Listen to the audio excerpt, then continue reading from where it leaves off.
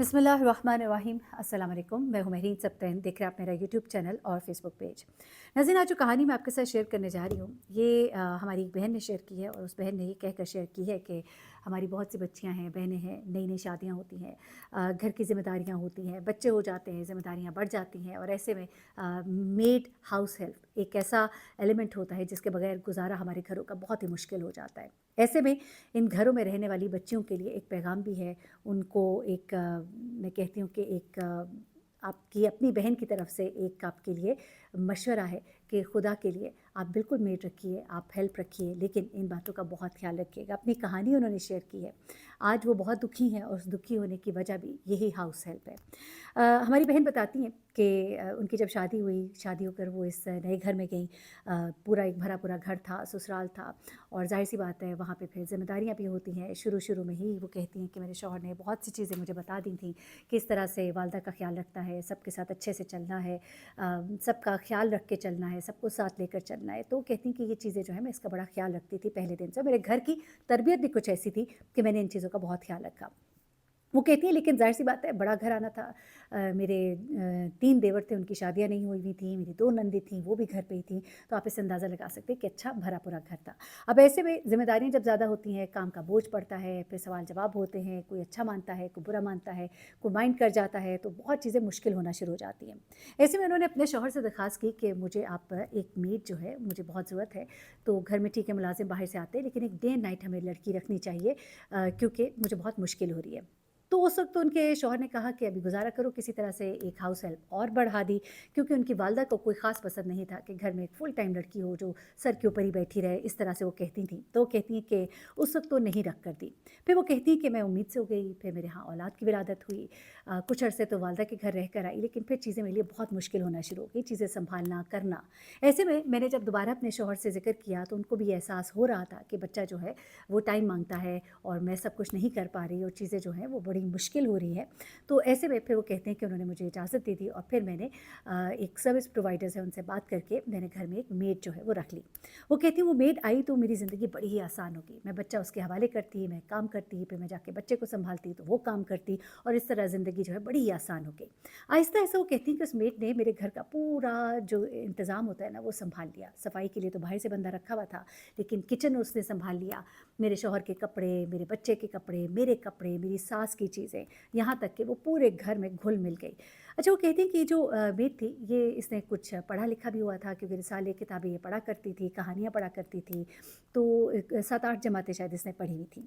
अब वो कहती है जब भी मैं उसे कोई काम कहती थी तो वो काम जो है मुझे हुआ हुआ मिलता था। यानी कि इतनी वो समझदार हो गई थी कि वो हर चीज़ समझ गई थी। उससे भी ज़्यादा वो कहती हैं कि समझदार वो ये हो गई थी कि उसको मेरे शौहर की हर पसंद-नापसंद का पता होता था। आप यहाँ से कुछ तो समझ गए होंगे, लेकिन स्टोरी इस तरह की नहीं है जिस तरह आप समझ रहे हैं। अभी आगे सुनते जाइएगा, आपको पता लगेगा कि हुआ क्या। अच्छा, वो कहती है कि जो मेरे मियाँ के चाय का वक़्त होता था तो मुझे कहने की ज़रूरत नहीं पड़ती थी, चाय उनके सामने होती थी। कोई और चीज़ की ज़रूरत होती थी तो वो भी फ़ौरन तैयार होती थी। मैं अपने शौहर के कपड़े इस्त्री करने लगती तो वो कहती मुझे दे दे, मैं कर देती हूँ बाजी।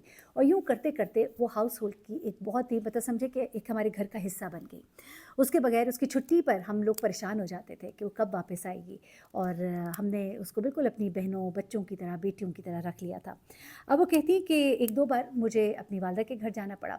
मैं बच्चे को साथ लेकर गई, तो मेरे शौहर जो हैं चूँकि मुझे थोड़े दिन ज़्यादा रहना था, बहन की शादी होने वाली थी, तो मैं बच्चे को साथ लेकर गई। तो थोड़े दिनों बाद मेरे शौहर जो है वो बच्चे को लेने आ गए, कहते हैं इसको भेज दो, मैं तो बड़ा इसको याद करता हूँ। तो उन्होंने कहा कि मेरे बगैर कैसे रहेगा? तो उन्होंने कहा कि खालदा है ना, और ये कहकर वो ले गए। मैंने भी कहा चलो खालदा है ना।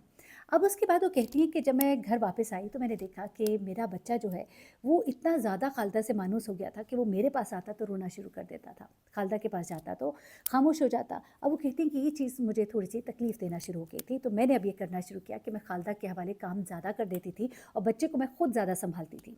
अब ये चीज़ कहती है चले उससे थोड़ा-थोड़ा वो दोबारा मेरी तरफ अटैच होना शुरू हुआ, लेकिन एक चीज़ वो कहती है मुझे बहुत खिलने लगी थी कि मेरे सास-ससुर जो पहले मेरे बड़े गुण गाते थे और हर बात में मेरे से मशवरा करते थे, उन्होंने इवन कपड़ों तक के मामलों में, ख़रीदारी तक के मामले में उस मेड से मशवरा करना शुरू कर दिया। फिर वो कहती हैं कि मेरे शौहर जो है उन्हें भी अब किसी चीज़ की ज़रूरत होती थी तो वो मुझे आवाज़ देने के बजाय उससे आवाज़ देते थे। ये चीज़ जो है वो कहती है मुझे बड़ा खिलना शुरू हो गई।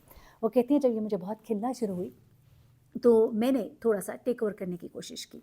अब वो कहती हैं कि मुझे खालदा पसंद भी बहुत थी, मुझे उससे कोई शिकायत भी नहीं थी, लेकिन एक फ़ितरत थी, फ़ितरी सी एक बात थी कि मैं ये नहीं सह पा रही थी कि मेरी ज़रूरत जो है वो ख़त्म होती जाए और मेरी जगह किसी और की ज़रूरत जो है वो ज़्यादा महसूस हो।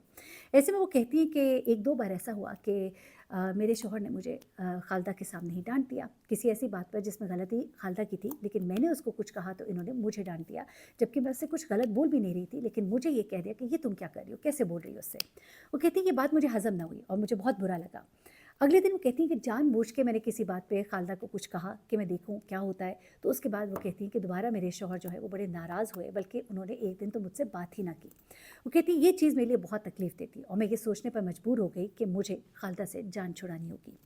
वो कहती हैं कि खालदा से जान छुड़ाने के लिए ज़रूरी था कि पहले मैं कोई हेल्प अरेंज करती। वो कहती हैं कि मैंने एक हेल्प अरेंज की और मैंने अपने शौहर से कहा कि मैं खालदा को नहीं रखना चाहती, क्योंकि मुझे लगता है कि वो कुछ चीज़ें इधर-उधर कर रही है या कुछ है, क्योंकि कुछ चीज़ें वो कह रही हैं मैं महसूस कर रही थी। मेरे कुछ कपड़े, मेरी कुछ चीज़ें जो हैं वो गायब हो रही थीं।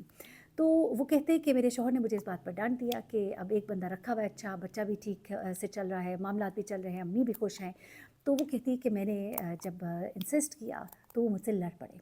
कहती हैं उस रात तो मुझे नींद ना आई। अगले दिन मैंने अपनी सास से जाकर बात की, तो मेरी सास भी जो है वो नाराज़ सी हो गई। उन्होंने कहा कि भई वो मेरा इतना ख़्याल रखती है, मुझे दबाती है, तो उसको निकाल देंगे तो हम क्या करेंगे? वो कहती है कि मैंने अपने आप को इतना मजबूर महसूस किया कि एक लड़की जो बाहर से आई है, उसकी वजह से मेरा पूरा ख़ानदान जो है मुझे एक तरफ कर चुका है। मैं जिसने उनकी इतनी खिदमत की, इतना सब कुछ किया, लेकिन अब खालदा जो है उनके लिए सब कुछ है।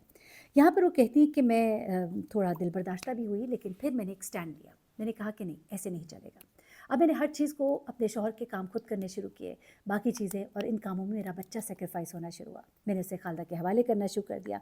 अब वो कहती है बड़ी अजीब-सी बात हुई कि खालदा के पास जब मेरा बच्चा होता था तो पहले वही बच्चा खालदा के पास बड़ा चुप रहता था, लेकिन अब वो खालदा के हाथ में होता था तो चीखें मारता था।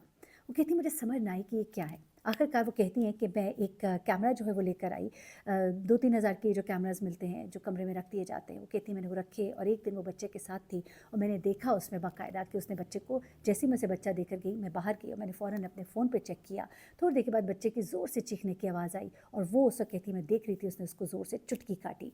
तब वो कहती मुझे समझ आई कि खालदा बेसिकली चाहती थी कि मैं बच्चे को संभालूं और वो जो है वो काम करे जिससे वो लोगों के दिल में उतरती जाए। अब वो कहती ये बात मेरी बर्दाश्त से बाहर थी। मैं अंदर गई और मैंने खालदा को ज़ोरदार थप्पड़ मारा। जब मैंने वो थप्पड़ मारा तो रोती हुई मेरी सास के पास गई और मेरी सास ने मुझे बहुत बातें सुनाई, लेकिन उस वक्त मैंने अपनी सास को वो वीडियो दिखाई और वो खामोश हो गई। कहती मैंने खालदा को निकाला, मैंने खालदा को निकाल दिया। मेरी सास ने भी इस बात पे एग्री किया कि ठीक है, बच्चे के साथ जो ऐसे कर रही है, तुम नहीं चाहती हो तो चलो ठीक है, तुम बहू हो, तुमने संभालना है। कहती मैंने निकाल तो दिया, लेकिन वहाँ से मेरी बदनसीबी का आगाज़ हुआ। वो कहती है कि उसको निकालने के बाद मुझे एहसास हुआ कि मेरे शौहर जो है वो घर देर से आना शुरू हो गए, लेट आना शुरू हुए। कुछ और चीज़ें ऐसी होनी शुरू हुई, उन्हें एहसास हुआ कि कुछ ऐसा है मामला, कोई लड़की है, कोई औरत है। और कुछ अरसे के बाद वो कहती हैं कि मैंने अपने ही शौहर की फ़ाइल में एक निकाहनामा देखा और वो निकाहनामा था खालदा के साथ उनकी शादी का। कहती है कि मेरे पाँव तले ज़मीन निकल गई। मैं क्योंकि उनकी टो में थी, मैं उनकी चीज़ें ढूंढ रही थी, मुझे लग रहा था कि कुछ मामला गलत है, कुछ चीज़ है जो मुझसे छुपी हुई है। और उसके बाद वो कहती हैं कि मैं बड़ा चीखी चिल्लाई, घर वालों ने भी मेरे मियाँ को बुरा भला कहा, लेकिन उन्होंने स्टैंड ले लिया कि मैंने खालदा से शादी कर ली है। हैरत अंगेज़ तौर पर खालदा के यहाँ 6 महीने बाद बच्चे की विलादत भी हुई। उसने कहा कि 6 महीने बाद। न जाने वो कौन सी मजबूरियाँ थी जिसकी वजह से उनके शौहर जो है वो खालदा से शादी करने पर मजबूर हो गए। अब उसको एक अलग घर में रखा हुआ है। ये अपने ससुराल के घर में तो रहती हैं, लेकिन वो कहती हैं कि ये एक बाहर से आई लड़की। ऐसे हमारे घर में उसने अपनी जगह बनाई और उसके बाद मेरे ही शौहर को ले ओढ़ी।